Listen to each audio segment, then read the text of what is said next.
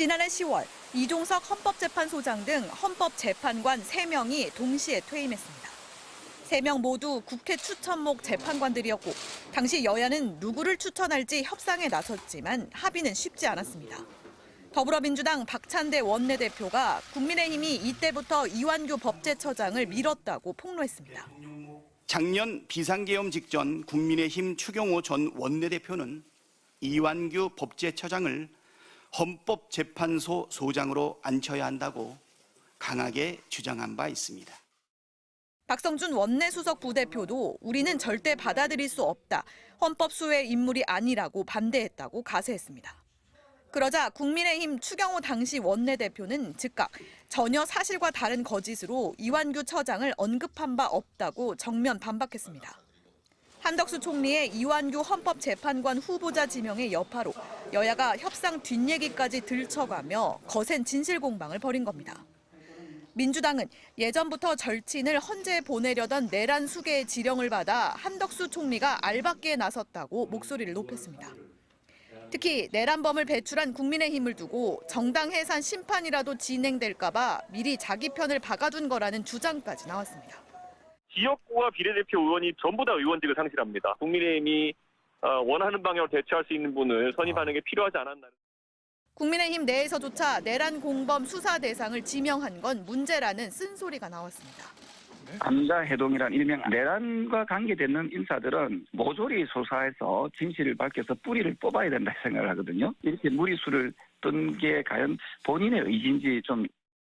헌법재판관은 국회 동의가 필수는 아니지만 인사청문회는 거쳐야 임명할 수 있는데 우원식 국회의장은 인사청문 요청 자체를 거부하고 민주당 등도 청문회를 거부하며 임명을 막아세울 방침입니다. MBC 뉴스 공윤선입니다. 정치팀 김지인 기자와 이 문제 좀 더 짚어보겠습니다. 김 기자, 한덕수 대행이 왜 이렇게 많은 무리수를 두면서까지 이완규 법제처장을 헌법재판관 후보자로 지명했느냐. 결국 윤 전 대통령의 꼭두각시 노릇을 하고 있다. 이런 비판이 많잖아요.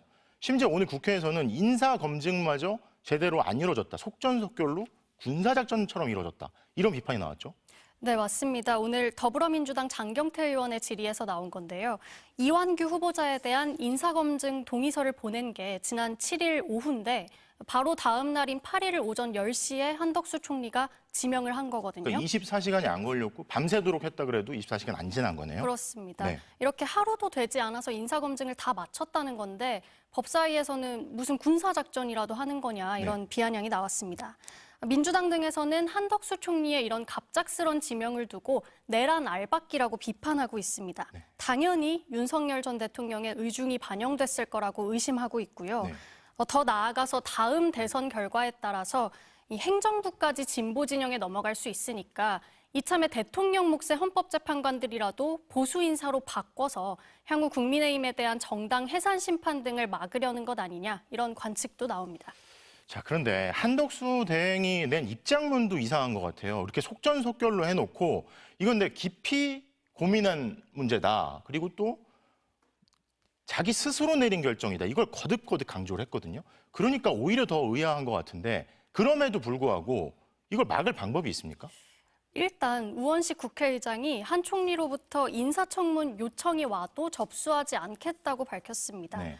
이 헌법재판관은 임명에 앞서서 청문회를 거치도록 규정되어 있는데요. 인사청문회법상 국회는 정부로부터 임명 동의안을 받으면 20일 안에 청문 절차를 거쳐야 하고 청문 기간은 10일까지 연장할 수 있습니다. 민주당은 인사청문회 보이콧을 시사했는데 최대 30일이 지나면 한덕수 총리가 청문회 없이 헌법재판관 임명을 강행할 가능성도 있는 겁니다. 아, 그렇군요. 네. 네, 국회의장실은 즉각 헌법소송을 낼 걸로 보이는데요. 네. 한덕수 총리가 부당하게 권한 행사를 했는지 권한쟁의 심판으로 따져보고 또 지명 효력을 멈춰달라는 가처분 신청도 추진할 걸로 보입니다. 네. 또 민주당 역시 대선 이후에 새 대통령이 지명을 철회하도록 청문 절차를 최대한 지연시키는 방안과 함께 이 한덕수 총리 재탄핵 소추 카드를 만지작거리고 있습니다. 네. 또 우원식 의장이 임명 동의안을 다시 돌려보내는 게 과연 가능하냐 이런 논란도 있는데요. 네. 동의안이 국회에 도착하면 그 자체로 접수된 거란 의견과 또 돌려보내면 접수 효력이 사라진다는 의견이 있습니다. 이렇게 앞으로 이완규 후보자 임명을 두고 국회와 정부가 다양한 수싸움을 할 걸로 보이는데요. 대선 전국에서 상당한 변수가 될 가능성도 배제할 수 없습니다. 정치팀 김지인 기자 잘 들었습니다. 12.3 비상계엄 다음 날 삼청동 대통령 안가에서 만난 윤석열 정권 법조실세 4인방. 이완규 법제처장은 만난 이유를 이렇게 설명했습니다. 그냥 한숨만 쉬다가 저녁 먹고 나온 게 끝이에요. 4인방들에 대한 수사 상황은 어떨까요? 지난 2월 경찰은 이상민 전 행정안전부 장관의 자택과 집무실을 압수수색했습니다. 이 전 장관이 언론사 단전 단수를 지시했다는 취지의 증언이 나오자 물증 확보에 나선 겁니다. 이 전 장관은 지시한 적 없다고 했지만 비상계엄 당일 대통령 집무실에서 관련 문건은 본 적 있다고 했습니다. 어디 위에 집무실 대통령 탁자에 그 단전 단수에 소방청장 문구도 있었습니까? 제일 머릿말이 그랬던 것 같습니다. 김주현 민정수석은 김용현 전 국방장관의 검찰 출석 과정에 개입한 의혹을 받고 있습니다. 김 전 장관은 대통령께 지금 출석해도 되는지 묻자 민정수석과 협의해보라고 해 김 수석과 상의했다고 검찰에 진술했지만 김 수석은 그런 적 없다고 부인했습니다.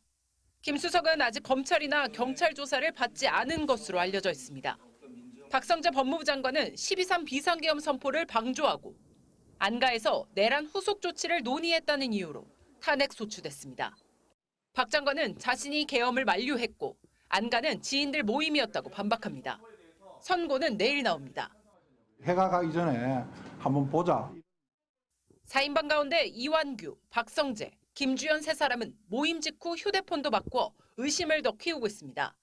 법조 실세 4인방이 계엄 이튿날 안가에서 만났다는 점에서 지인 모임이었다는 해명을 고지고대로 받아들이기 힘들다는 지적도 많지만 수사 속도는 더딘 상황입니다.